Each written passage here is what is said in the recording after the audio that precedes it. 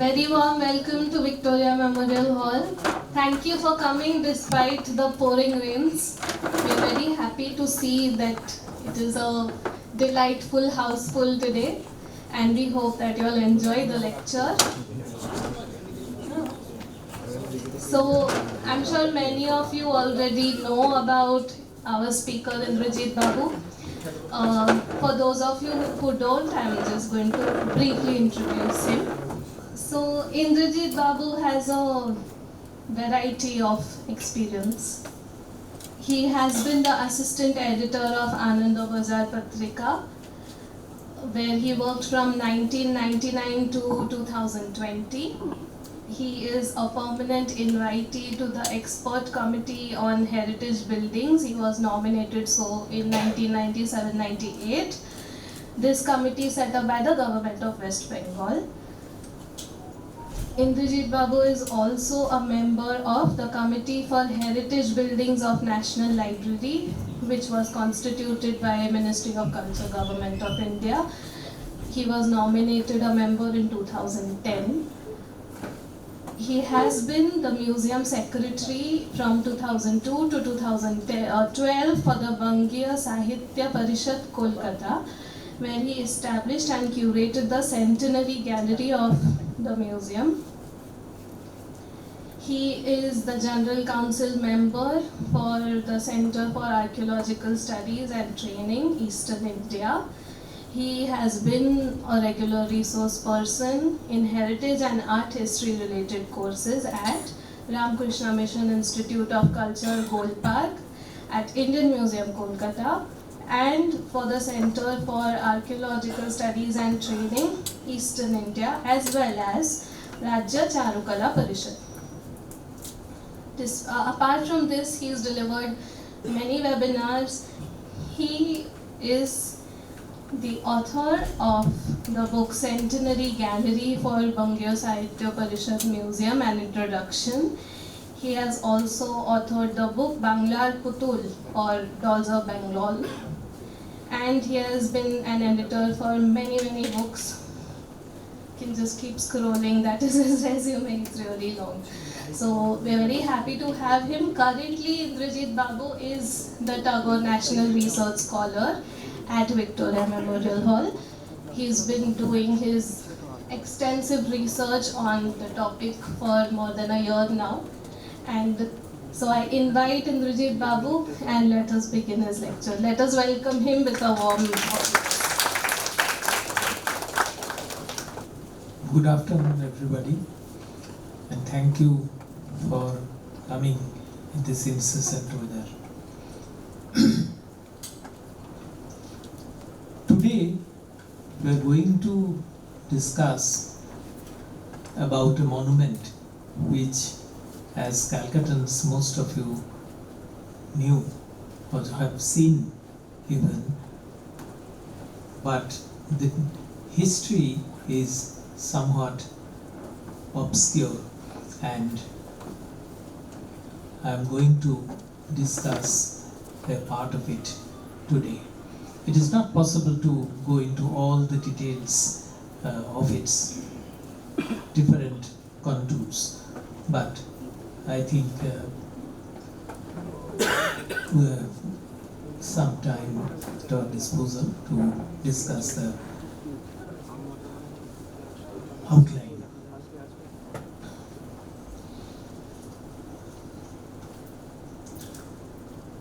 Under the shadow of a century-old iconic monument of Kolkata, I try to resurrect today the earliest landmark of the city, which is set to celebrate its Taj centenary within 5 years.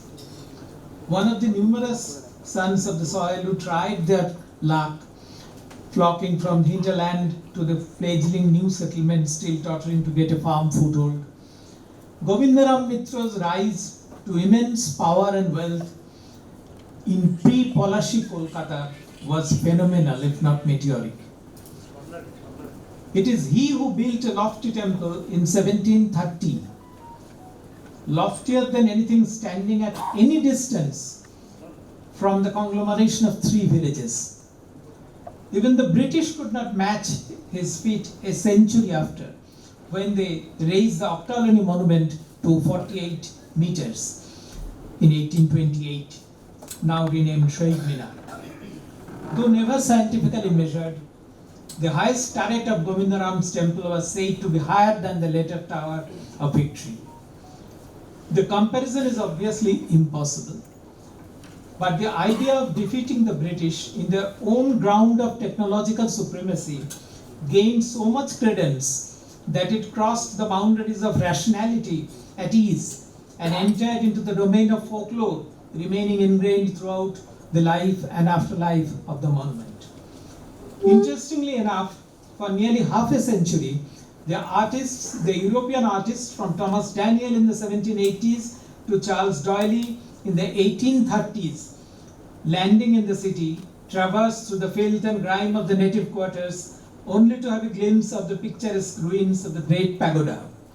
And their depictions of the monument from different angles recorded for posterity a rare documentation of its architectural peculiarities and the gradual decay. Even Frederick Phoebe, one of the first photographers to take the views of Calcutta, chose the temple as one of its subjects in 1851. That is 120 years after the establishment. Artists visiting new places mostly chose an iconic element to lend a characteristic feature to their works. Qutub Minar at Delhi or the Taj Mahal at Agra are two well-known examples. In case of Benares in the 18th and early 19th centuries, artists mostly traveled by boats and were deeply fascinated by the first sighting of the numerous ghats along the Ganges.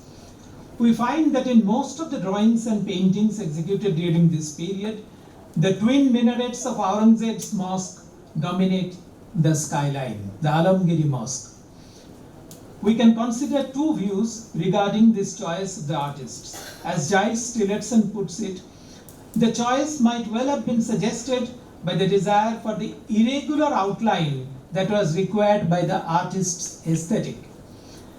And the subject offers the greatest diversity of form and is thus most likely to appeal to an artist of the picturesque. W.J. Archer points out to the monument towering above the city, its clear-cut silhouette providing a more manageable composition. In case of the artists coming to Calcutta, there was not the problem of plenty as it was in Benares. The so-called White Town took its proper shape much later, in the early 18th century, or a little later part of the early 19th century or later part of the 18th century. But in the native town to the north of the White Town, almost monotonously cramped with small huts and very few storied buildings, the overwhelming appearance of the great pagoda certainly bewildered the artists. Its partial ruined state also contributed to the picturesque character, more evident in the early 19th century paintings. Basically, the artists were left with no other choice. Now this is, I'm talking of Benares, William Hodges, who first painted the ghats of Benares in the view as a European artist, a view of the part of the city of Benares. Here we see the Alamgiri Mosque in the center. There are many other paintings, I'm just showing two, one Hodges and the next by an Indian artist that is around the same time, a panorama in many parts. This is the central part in which the Alamgiri Mosque can be seen.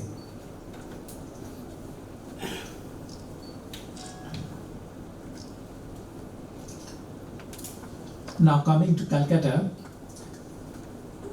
this is a very rare navigation chart from the Victoria Memorial Collection. It's dated in 1734. And here we see the villages Shutanuti, Govindupur and Kolkata, just marked. There is nothing else, no details are available because the hinterland is not marked in the map. It is for navigation purposes only.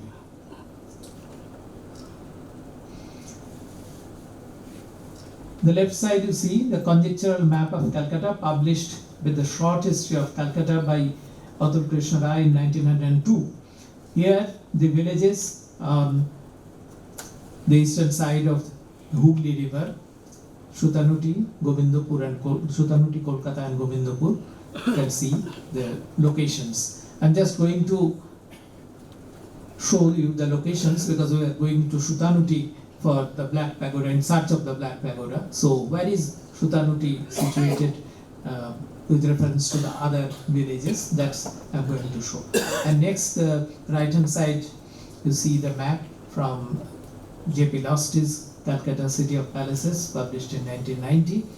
This is again a conjectural map, but he has consulted all of the maps and points the main buildings or structures, and number 1 is the Black Pagoda in Shutanuti.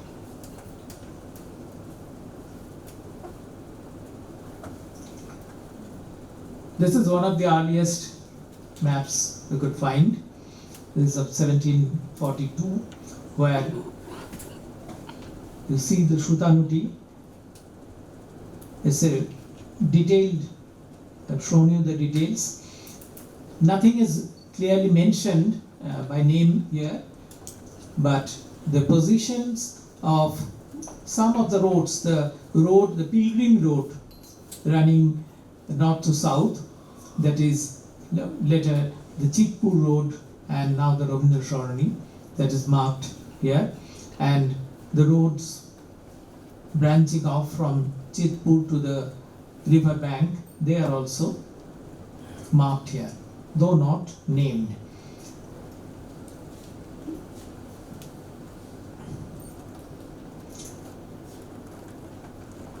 Govindaram's house is not marked here, or the Black Pagoda, but it is situated somewhere in this area, and directly east was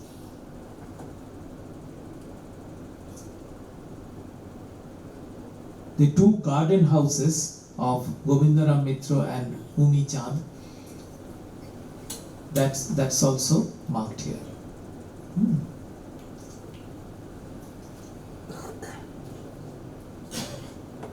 Next is the map of 1757. Here also you can see the garden houses, and the Maratha ditch extended to cover these 2 gardens. They were so influential because they have bent the ways of the company to include their garden houses inside the Maratha ditch, so to save themselves from the depredations of the Burmese. And here also you see the details, but the roads are not named here. The location can be easily understood.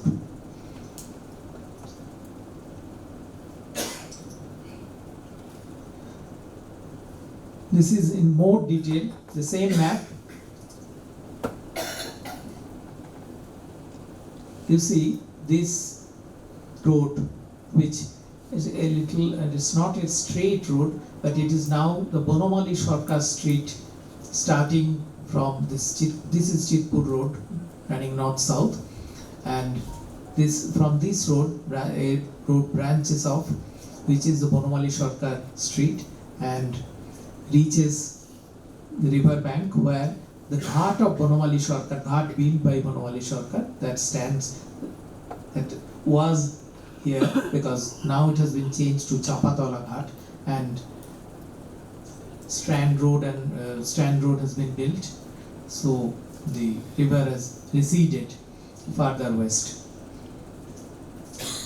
But when this map was drawn, the river was in the old place.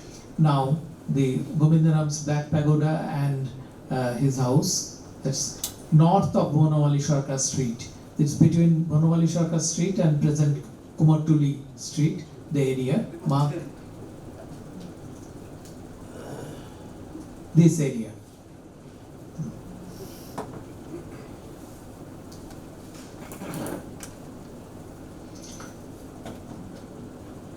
this is again another map from Losty, City of Palaces. Again, this is a conjectural map, but I'm just going to show that in this case also, the number 1 is the Black Pagoda. It is still mentioned as the, up to the whole of 18th century, it retains its position in the maps and other documents. I'm coming to the artists later.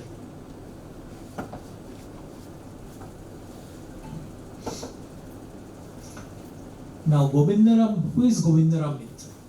Now the life history is a bit checkered and very difficult to tell because there are discrepancies from the documents. The documents I have mentioned here are not at all speaking in the same terms. So when he was born, when he has died, it's not clear from all these documents. Approximately, we are not going into the details here, but approximately his date of birth comes down to the late 17th century. And it's certain that in 1720 he became the deputy to the collector of Calcutta.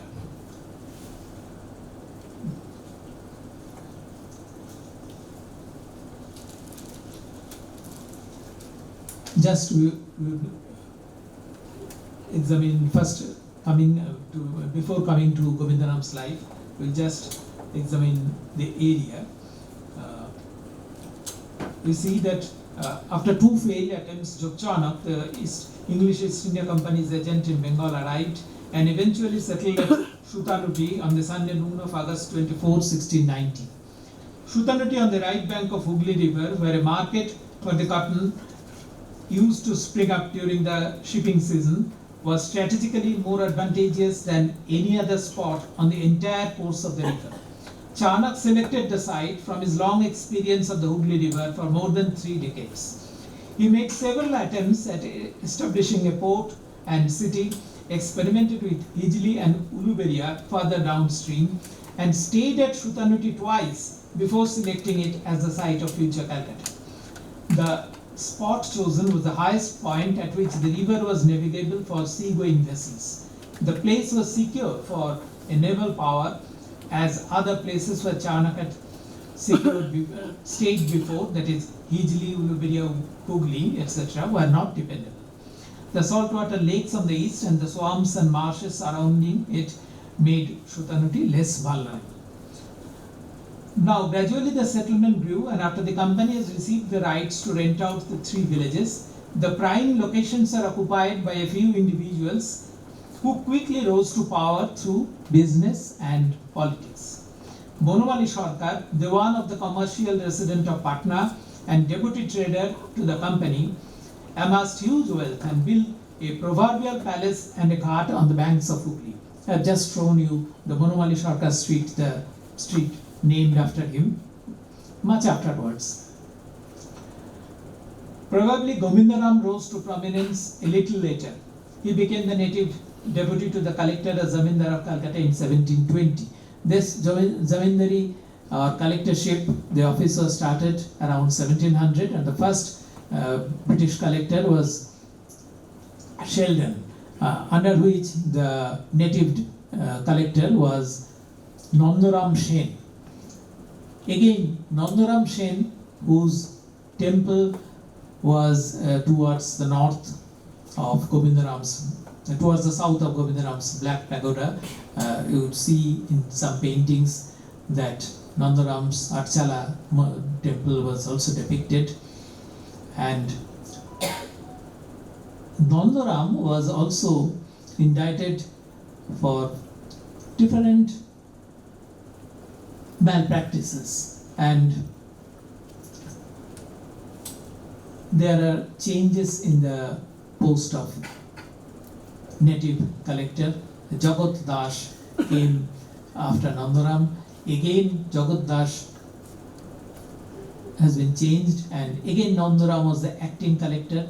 This went on up to 1720 when Govindaram Mitra succeeded to the post, and he continued to at least to 1756, that is the sack of Calcutta, the year Siraj-ud-Dowla attacked and sacked Calcutta.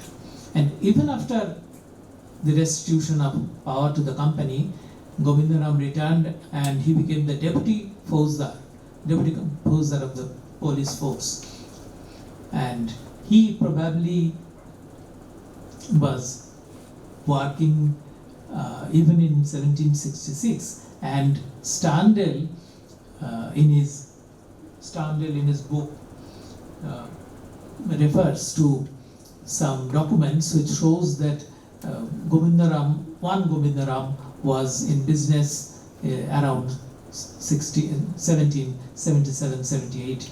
So if it is the same Govindaram, so we can clearly assume that he lived a long life, more than 80 years. Now, I have said that Bonamali Sarkar built his house and ghat at the river bank. So the prime positions on the river bank, that has been already occupied. So Govindaram, being unable to procure a sufficient piece of prime land along the river bank, chose the area adjoining the ancient Pilgrim Road or Chikpur Road, now Ravindra Sarni, between present Abhay Mitra Street on the south and Kumartuli Street on the north. The area in between these. There he built his palatial residence with Thakur Dalan, the remnants of which can still be seen. And just opposite the temple of Siddheshwari, presumably an older shrine of the goddess Kali, where human sacrifices were not uncommon, referred to by Reverend Ward and James Long. He established his great temple of Shiva. The sanctity of the place certainly mattered when one builds a new shrine.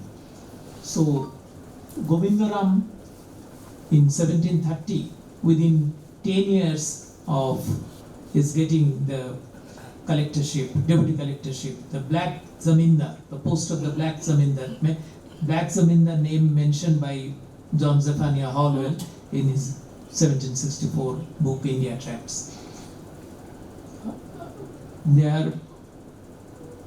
Within 10 years, we can assume that he amassed a huge amount of wealth so that he can build such a great temple.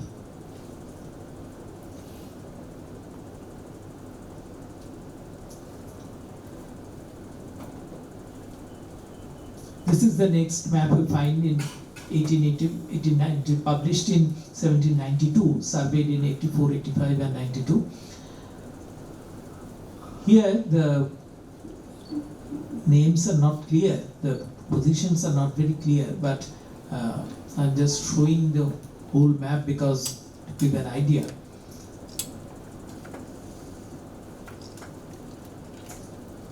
This is the detailed portion of Shutanuti where the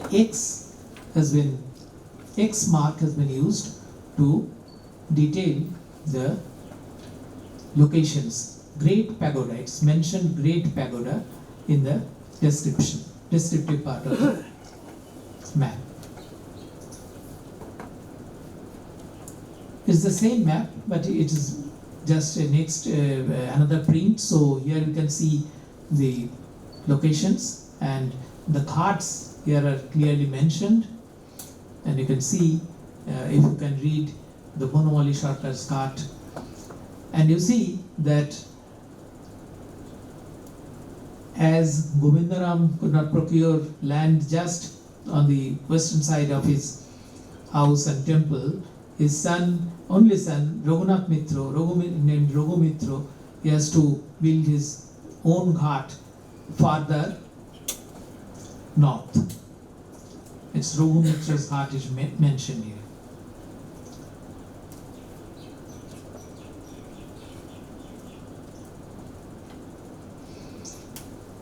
Now in 1730, when Govindaram built his great pagoda, there is nothing comparable in Calcutta. Only the small Armenian church was there, and this St. Anne's church, not a very large structure. That's a very small structure indeed, and not conspicuous in the skyline. So this is the old fort in the background, and some other buildings only on the river bank. That is before the siege of Calcutta, and when Sirajullah attacked the city, both were, this church and the fort, both were demolished. So when Govindaram built his temple, there is nothing comparable in the vicinity.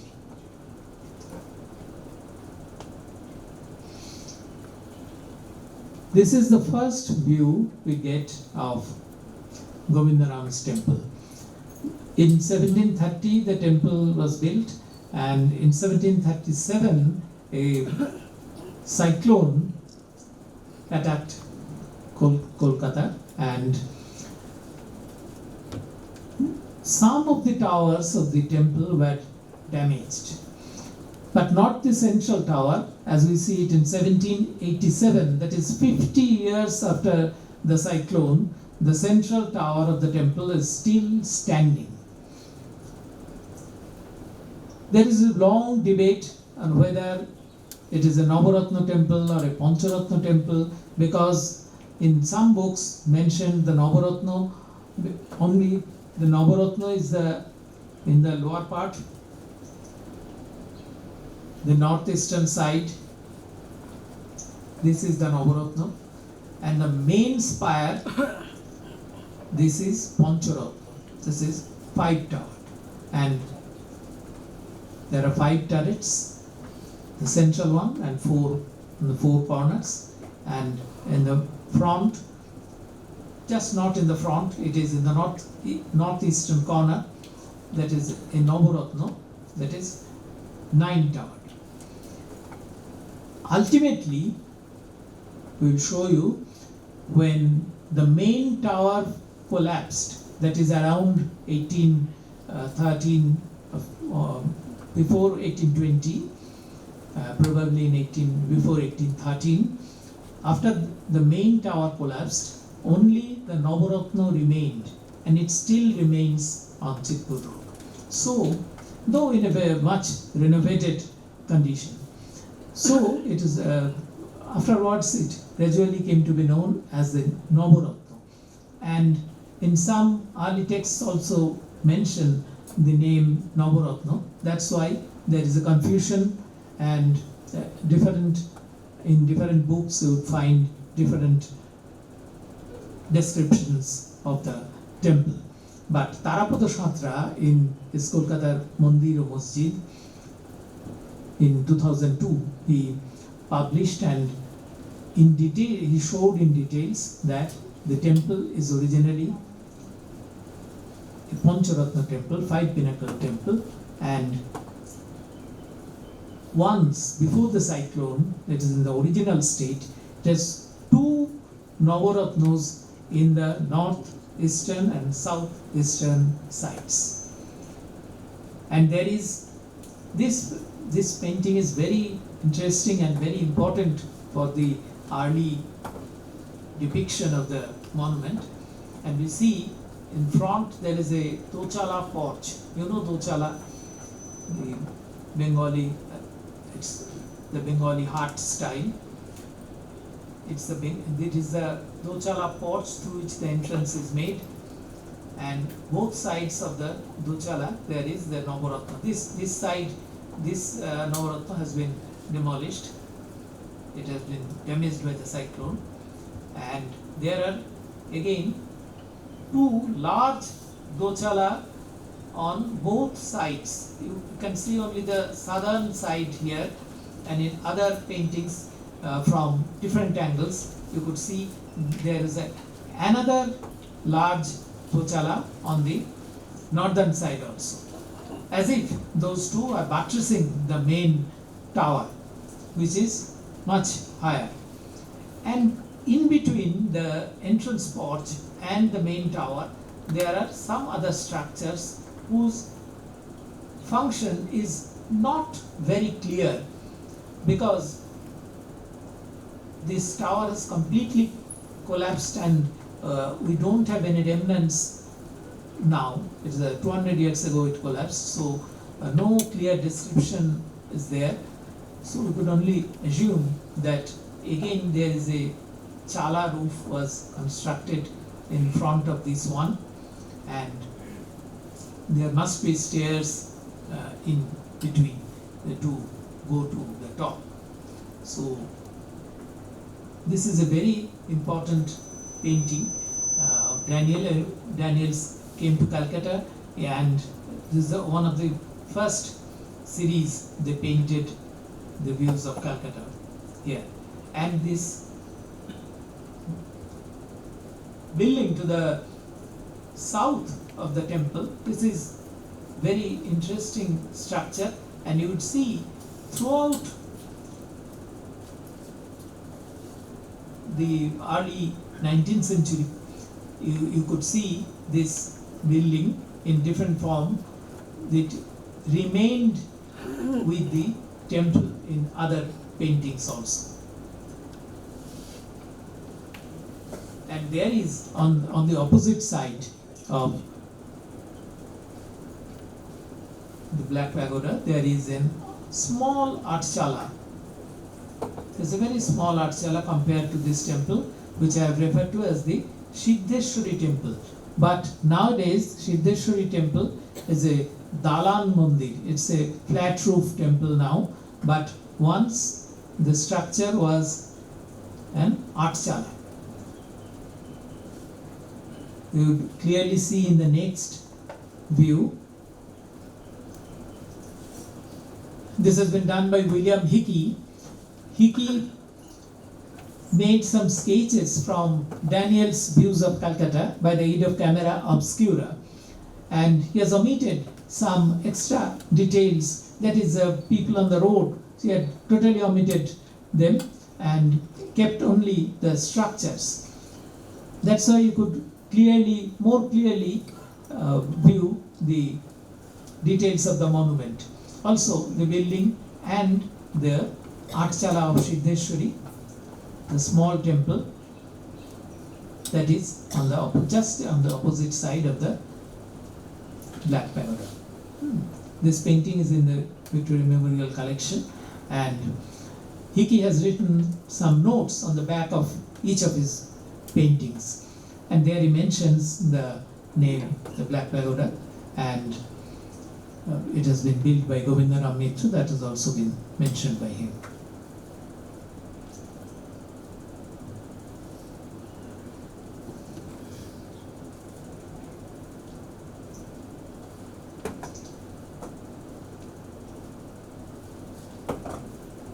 A little afterwards, a Flemish painter, this is mainly a marine painter, and whose paintings are being exhibited in the Alipur Jail Museum now. It's very interesting paintings because Balthazar Solvins is the single artist who came to Calcutta and painted almost singularly the native part of the city. He was not integrated into the European community at the time, and was not a member of the Asiatic Society or the learned societies. He remained outside the group of the artists who were being patronized by the company officials and the elites of the city. He remained outside and he remained in the native area mostly, sketched and reproduced very interesting documentation of the native population. That's a different issue altogether, but our interest lies in this view, which is from the riverside. That is the only view of Govindaram's Black Pagoda from the riverside, and you could see the main temple, the main tower that is still standing. It has been drawn between 1791 and 95. So the main tower is still at that time, it is standing, and on the side of it, the Navaratna that is also seen. It's a little elongation is there. His figures are also a little elongated. So the temple is also looks a little elongated. His focus is not the temple. He has focused on these woodworkers, the carpenters here. But there is a very important documentation in point of time also, and from the river. It is not very distant from the river at that time. So that is also a very important point. We will come back to that later. And a close view where the temple can be seen. The two towers, and probably, I'll discuss it later, probably on the back side, that is on the river side of it, which is presumably plain, but here you could see there is likely to be a dochala porch also on the western side. But that is not very clear from the painting.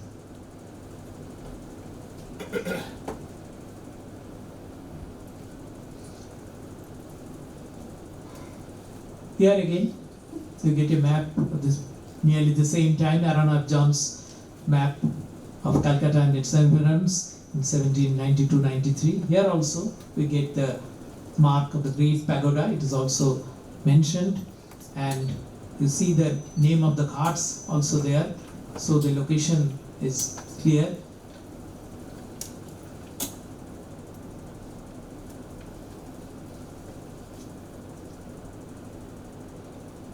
The name of the ghats can be read. It's very difficult because it should be more larger view.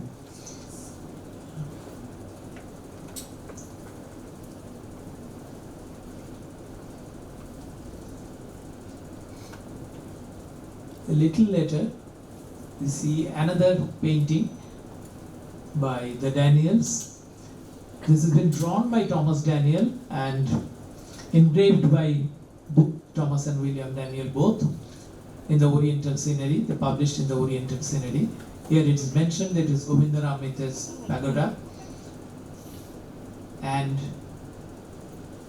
here the point of view is from the opposite, that is from the eastern side, in a little northeastern, you could say, because there is a tank, and on the western side of the tank there is the small Archala of Siddheshwari, and the great temple, the main tower still visible, and of the 5 pinnacles, here you would see only the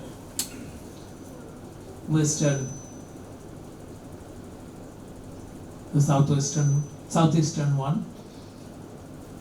And it is clear that both sides of the main tower have a large dochala appendage. This side also and in this side. And in front of it, the base of this Navaratna is to be seen here, and the entrance porch is not clearly visible, but that is behind the Siddheshwari temple. This is also a very clear view where you could get almost all the details.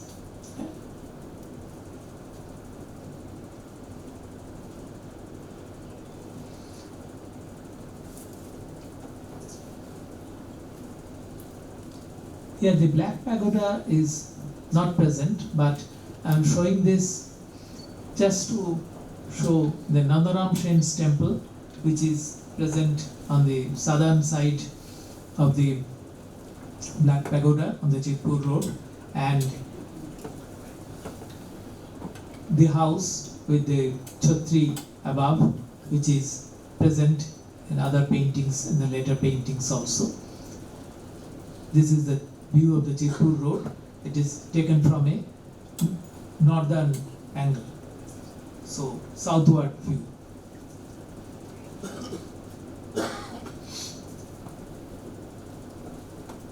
I have told earlier that the collapse of the main tower, the Pancharatna, probably took place between 1795 and 1813.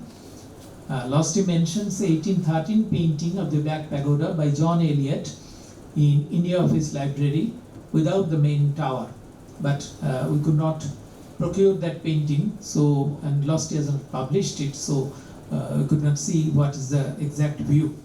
But J.C. Marshman's article in Calcutta Review 1845 mentions that the main tower came down 25 years ago, that is in around 1820.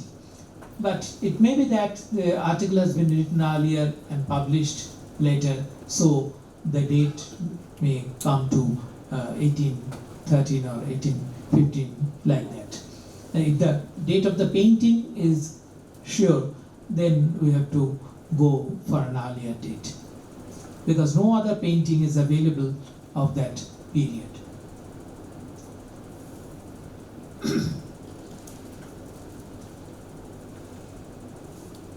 In the very important map drawn for the lottery committee, the plan of the city and its environs, Shock and Prinsep, in 1825 to 30, there is a clear mention of the Navaratna, that is the Navaratna, in the, you could see clearly in the map, it has been enlarged. It's on the Jitpur road, the remains of the Black Pagoda, the only part, the Navaratna part, that is remaining. And the road here, again, it's mentioned that is Bonamali Sharkar Street, in this side. And this goes to the river bank. So the site has been clearly marked, and a large area, and there is also a tank here, and the opposite side, the temple site of Siddheshwari, there is the tank we have seen in Daniel's painting, that can be clearly seen here in the map, and the temple is a small one, still to be seen in this map. The next painting you see of James Bailey Fraser, a view of the Black Pagoda on the Jitpur road in his views of Calcutta. Here the Navaratna part, that is the remaining tower, only remaining tower that can be clearly seen, and even this side, the northern Dochala, that is still remaining. We don't know whether the southern Dochala has collapsed or not, but the northern one, that is still remaining. And probably there were some terracotta decorations on the facade of that Dochala temple. That is, if we enlarge the photograph, the painting, we could see there are square plaques. There may be square terracotta plaques on this side, on the facade of the Dochala. And here the Chaja, the cornice of the Siddheshwari temple, is clearly seen. That means it has been transformed from the Artshala to a flat roof Dalan Mandir. Its transformation has been happened within a few years, and it has been told in many books that Abhaycharan Mitro, a descendant of Govindaram Mitro, he repaired the Siddheshwari temple. So it might have happened in around 1820s, and the temple has given the almost the present shape. Though this cornice is not present now, I will show you a present view later. This is just after 4 years, 1829, Thomas Prinsep has drawn the Chitpur Road and the Black Pagoda. It is again in the India Office Library, and the picture has been taken from J.P. Lost's book. Here we again see the Navaratna, but in a very dilapidated condition, and the Dochala is still there after just 4 years. And that building I have shown, that is still there. It's a landmark building, really. Like the Great Pagoda, the artists have not forgot to include that building in their paintings.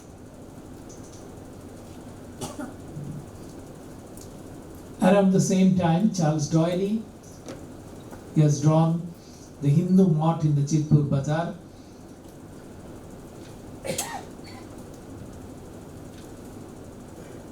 The Navaratna here can be seen. Again the Dochala and the front porches and the remnants of the other Navaratna that can also be viewed. That this shows that till 1830s, though the main tower collapsed, but the other portions somewhat retained, and they were not summarily demolished and built upon, which has been done in later times. This is the same, but a monochrome reproduction. Here you get some more details. This is what I am saying. The terracotta, probably the terracotta decorations were there on the Dochala's facade. And this is the Navaratna still in the same pristine look is there. The turrets are the same condition, but it has been getting decayed and dilapidated more and more.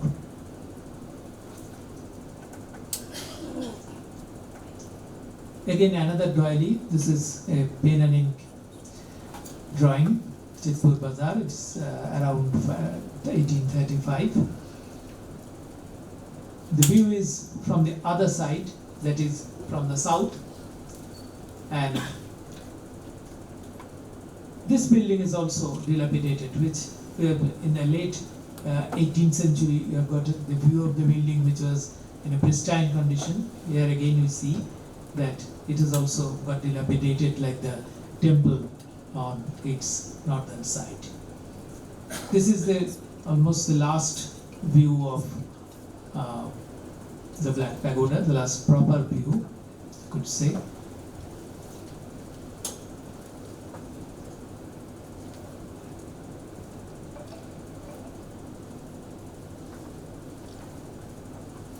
This map I have shown for a different reason. In 1820s, the Strand Road has been built. I have said that the river receded and the reclaimed land became used for building the Strand Road. That is in the 1820s, and the old ghats, they have been demolished, and the ghats in some cases were built anew, but where the original families were unable to provide for the construction of the ghats, it has been built in different places. So the original ghat of Bonamali Sarkar, that is changed to Champatola Ghat, which is what we at present we could see, where the Bonamali Sarkar street touches the river bank, crossing the Chakra rail line, the circular rail line. We could get the Champatola Ghat, and the Bonamali Sarkar Ghat has been shifted to a more northern site. So these are the changes happened after the Strand Road has been built. Now after the painters, the artists became the photographers. In 1850s, photography started its days, and Frederick Fiebig came to Calcutta to capture different views of the city. And again, he chose the Daniel's viewpoint from the eastern side, besides the tank. And now you see, if we compare this with the Daniel's view, we could see the tank is there, but the temple of Siddheshwari, it has changed its status. It has been a flat roof temple now, not Archala, and only the Navaratna is standing, and no Dochala part can be seen in its back. So by 1851, we can assume that the other parts have all crumbled down, or they have been demolished, because they became more dangerous. But the place remains important. In the SMARTS survey, which is the last great survey of Calcutta, we see the temple site has been clearly marked out, and on the opposite, the Siddheshwari temple, that has been also clearly marked out.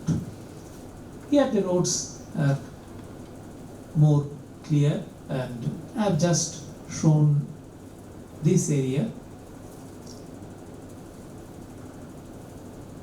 So nearly 200 years have passed, and Govindaram's temple, though decayed, it remained remained an important landmark. How it remained, you could see the current photographs.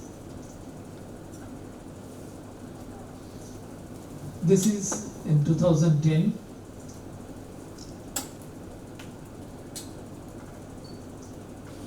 This is the surviving Navaratna, but it is totally renovated. It has not been rebuilt as some scholars have reported, but it has been renovated. Why I am saying that it has not been rebuilt, that you could see when you go inside, you have some inside photographs, and otherwise the turrets, the shape of the turrets have been changed, but the carved roof and other structural details, they remain the same. This is the front Dochala entrance porch, and this is a new temple added on the eastern side.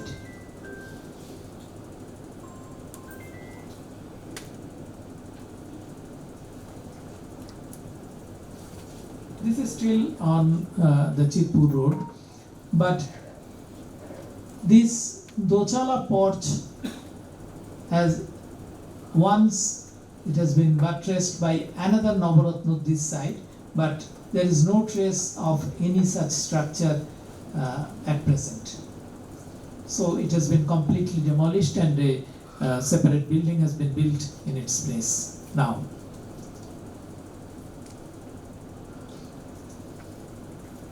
These are the two Shiva Lingas inside the temple, and in the family history, one of the very important document, but there are many discrepancies. Even then, it's a document produced by a descendant of the family of Govindaram Mitra in 1869. There he mentions that 4 Mahadevs were placed in 4 corners of the temple. That's, I think, a very important clue to the original structure of the temple.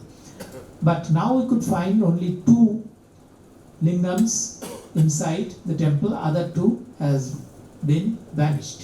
So we don't know where they have gone, because the temple changed hands and now it has been managed by some non-Bengali Shivaites, and so they knew nothing about the other structures or the other Shivalingas.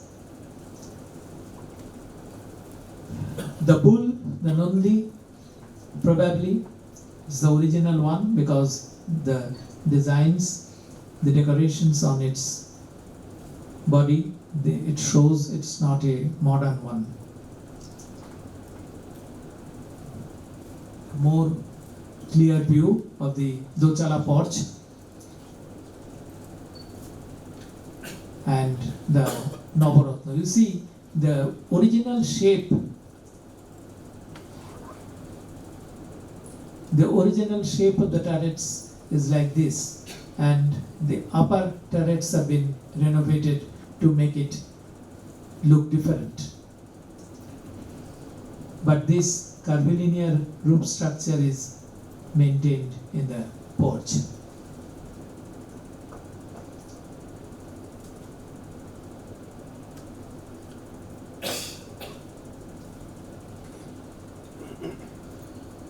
This is the modern temple built alongside the Navaratna.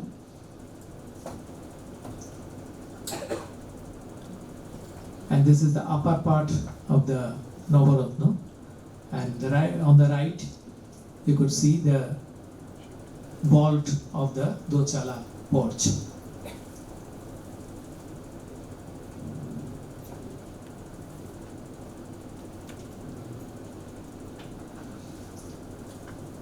This is the inside view of the Dochala entrance porch. The vaulted roof, it is still there. That means it has not been rebuilt, and the original structure has retained, though renovated completely. The original vault is there, and it is 6 meters. The top of the vault, that is 6 meters height. That's nearly 20 feet. Still, it is rising and not very wide. It is in the northwest, it's only 4.7 meters. That is 14-15 feet only. We'll come to that later. This is the dome, the arches on the dome beneath the Navaratna. Again, we could see the original dome and the original arches which form the dome with not the pendant tips are seen. I think it has been plastered over. So, but the original structural composition, that remains the same. So again, it has been renovated but not rebuilt. This is the Shri opposite. The front portion has been changed, not as we see in the Prinsep or Doyley's painting. It's 200 years ago, so it has been changed drastically, but it remained a flat roof temple till date. Now, what about the original structural composition of the Govindaram's temple? It has been discussed by David McCutcheon, by Tarapada Shatra, Lini Vishwas, and some other historians. Tarapada Shatra, in fact, proposed a ground plan, which I will show you later. But he mentions some earlier temples where dochalas have been joined to make a different kind of monument. Here it is a Jor Bangla, you know, the two dochalas are joined together. It's the Keshtorai temple is a well-known temple in Vishnupur. It is famous for its terracotta decorations, but here we are not concerned with the terracotta decorations. Here we would see the structural composition. Two chalas are joined together, and in the middle it has been connected, and a roof, on a roof, a charchala tower has been added to that structure. So it has been changed from a simple Jor Bangla to a towered, a pinnacled structure. There are some very few examples. This is a later example. It's a Shiva Durga temple of Bali, Dewanganj. It has recently been renovated by the state archaeological department, and this is an older photograph where you would see again two dochala shrines are joined together to make it a Jor Bangla, but a Navaratna has been added over that shrine. So again here we find two dochalas joined together and a shrine has been built, a different type of shrine, a chala or a ratna shrine has been built over the Jor Bangla temple. So this is not totally unknown to the architects, though this is a later phenomena. The earlier, the Keshtorai and some other, there is another temple which has been in a very dilapidated condition now, built somewhat 100 years after Keshtorai. That is the Mahaprabhu temple again at Vishnupur. That's also a Jor Bangla with a chala above it, a chala or ratna above it. Now there is one different example from the Islamic architecture of Bengal, that is in 1698 Khaja Anwar was an Amir, the chief Amir of Azimushan, died in ambush in Bardhaman, and his tomb has been lavishly made. The place is called Nawab Bed still, and it's a large complex with other mosques and other structures. But this structure is very interesting and unique, because here we see two dochala, like the Jor Bangla structure, two dochalas are added on both sides of a square tomb, domed square tomb. Here the dochalas are not joined together, but they are buttressing the central square cuboidal structure. So this somewhat comes nearer to our Govindaram's Pagoda, where the chalas on both sides, on the northern and the southern side, they are not joined together like the Jor Bangla temples, but they seem to buttress the central high tower, because the central tower, it is 160 feet more than, if it is 160 feet and more, it needs a heavy buttressing, otherwise it cannot stand. And we see even after the cyclone, it stood till 1813. So almost for 100 years it stood still. That shows that the buttressing has been done properly, and on four sides also. That detail I will show you later. This is another view from the front, current view. So you see the chalas, how the chalas are placed on both sides of a structure. Khaja Anwar died in 1698, so the structure dates from within a few years it has been built. So Govindaram might have seen this structure. It is not impossible because Bardwan was the important center, administrative center at that time. So he might have seen the structure. There is a possibility. Now, what Tarapada Shatra proposed as the ground plan of the Black Pagoda, you see the central part represents the central tower, and on the both sides the dochalas. The entrance porch, that is again a dochala, can be seen in the front. This is the entrance porch, and this is a Navaratna on this side, which still remains, and this has been demolished. The other Navaratna, which can be seen in the paintings, the base of which for a long time it can be seen, and these are two dochalas on both sides. But there is somehow a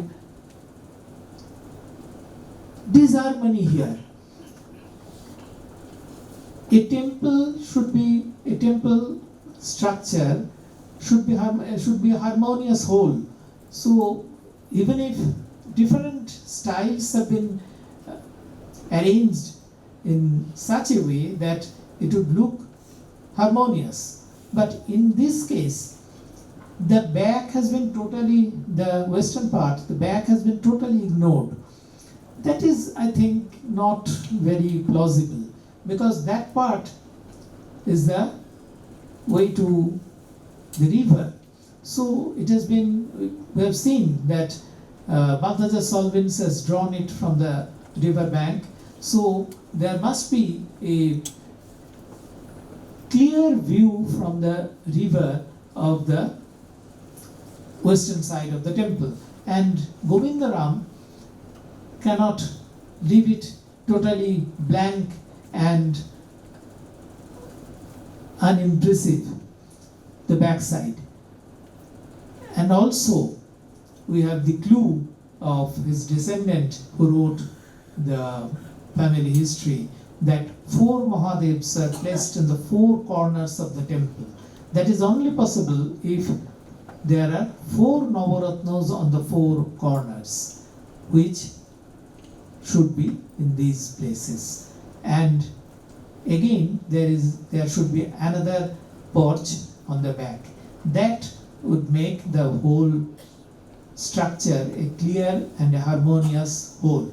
But that's just a presumption, because we cannot, we have not conducted any urban archaeological mission here. If we could have excavated the back portion, which is still no large building has been built here, so it is possible to excavate here, and if we could find the basis of these structures, only then we could clearly establish that this is a very different and unique kind of temple structure, of which we could find some examples little later than this monument. I'll just show you two views.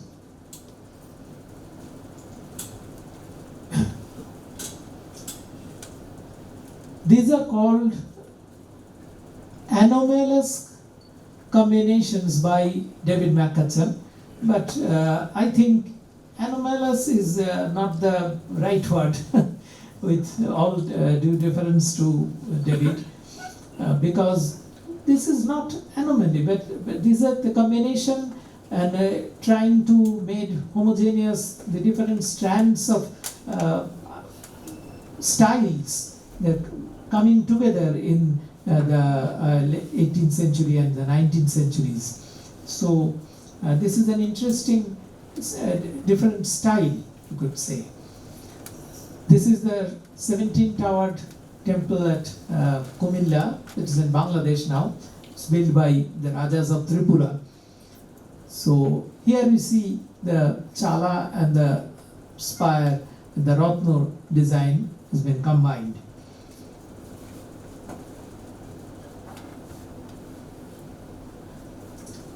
is again a very interesting structure, not remaining now. It has been lost in the flood of Kirtinasha, a branch of Padda. It was in Bikrampur. It's a Dolmancho, or a 17-tower temple built by Maharaja Rajvallabh in the middle of 18th century. So you see here it's very similar to our Govindaram's temple and almost contemporary to Govindaram, and Maharaja Rajvallabh definitely came to Calcutta, visited Calcutta many times, and he has seen the temple in the pristine condition. So this lower part, this ground floor, if we exclude this, the upper we see the central high-rise tower and the 4 corner towers and the dochalas on 4 sides. Even in the photograph it is made more clear. The chalas are more evident here. The shape of the central tower is here like a round tower, not a ratno as in Govindaram, but the similarity cannot be missed. And there is another one, much I think a little later, but that is also has some similarity with Govindaram's temple. This is the Dhaka district, Bangladesh. This Khelaram Data temple. Here also, if we exclude the ground floor, we see in the upper part there is a central tower and 4 corners. There are 4 chala. In case of Govindaram it was Ratno, but here is Charchala towers on the corners, and the central part on all sides there are these dochalas. And this is the ground plan. Here it is clearly seen. This is the central tower, the 2 dochalas on both sides, and again chalas on these 2 sides, the 4 corner towers. So it all in all it makes a homogeneous whole and harmonious whole. It is still there, and it has been renovated recently by the Bangladesh government, the archaeology department, so it can be clearly viewed now. So I think Govindaram's temple has to be revisited, and the details are to be studied in more detail, more emphatically, to show that once in Kolkata we have such an important and very majestic monument which has no peer in the vicinity, in the southern Bengal, we could say. So that has to be studied afresh, what has been told by the scholars beforehand. This is a drone view. Here you could see the last temple, the Khalaramdata temple, and it is from the sky, it should look like this.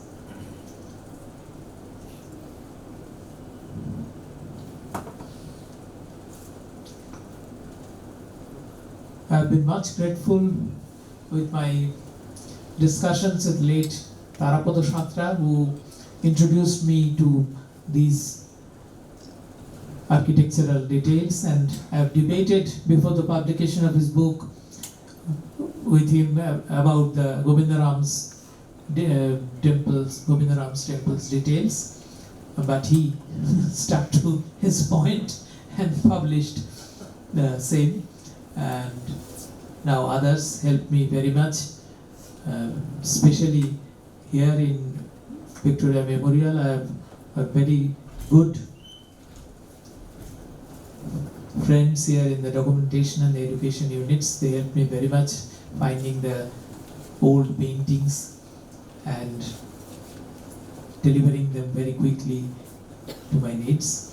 So thank you all. Thank you.